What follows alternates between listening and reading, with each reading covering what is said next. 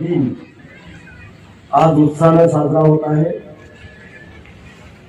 ज्याने ज्याने या देशासाठी बलिदान दिले, आपलं आयुष्य देशाच्या स्वातंत्र्यासाठी समर्पित केले, त्या सर्व ज्ञात अज्ञात वीरांचं स्मरण करून त्यांच्या स्मृतीस सर्वप्रथम या ठिकाणी वंदन करतो।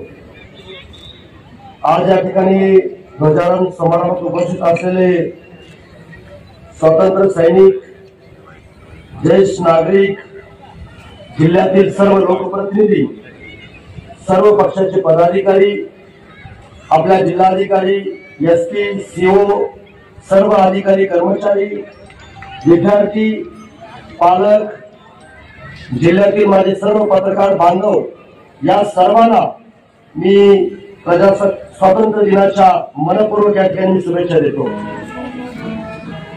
ब्रिटिशांच्या जुलमी राजवटीतून मुक्त झाल्यानंतर आपल्या देशाने सामाजिक, शैक्षणिक, आर्थिक, सांस्कृतिक, उद्योगाच्या सर्व क्षेत्रात प्रगती साधली आहे। महाराष्ट्राने विविध क्षेत्रात अग्रेसर राहून देशाच्या विकासात भरीव योगदान दिले आहे। राज्याच्या सर्वांगीण विकासाला गती देण्यासाठी शासन अविरत प्रयत्न करीत आहे। सर्वसामान्य नागरिक या विकासाचा केंद्रबिंदू आहे। मागासवर्गीय आणि दुर्बल घटकातील व्यक्तींना समाजाच्या मुख्य प्रवाहात आणण्यासाठी विविध योजना राबविल्या जात आहेत। माननीय मुख्यमंत्री एकनाथ शिंदे साहेब, दुसरे कर्तव्यगार उपमुख्यमंत्री देवेंद्र फडणवीस साहेब आणि आमचे नेते दुसरे उपमुख्यमंत्री अजित पवार साहेब यांच्या नेतृत्वाखाली राज्य सरकारने शेतकरी, महिला, युवा वर्गासाठी अनेक महत्त्वाचे निर्णय घेतले आहेत। नारी शक्तीच्या सन्मानासाठी मुख्यमंत्री माझी लाडकी बहीण योजना सुरू केली आहे।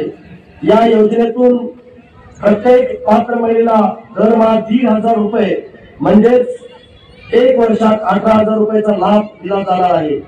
आपल्या जिल्ह्यातील सुमारे 3,85,000 महिलांना या योजनेसाठी अर्ज केले आहेत।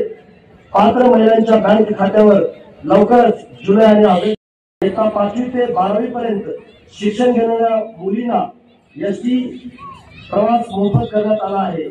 लातूर शहर महानगरपालिका क्षेत्रात नोकरी करणाऱ्या महिलांसाठी वर्किंग वुमन्स हॉस्टेल सुरू करण्यात आले आहे।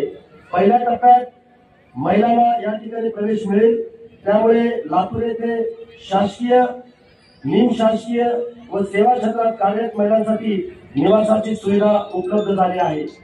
युवकांसाठी मुख्यमंत्री युवा कार्य प्रशिक्षण योजना सुरू करण्यात आली आहे।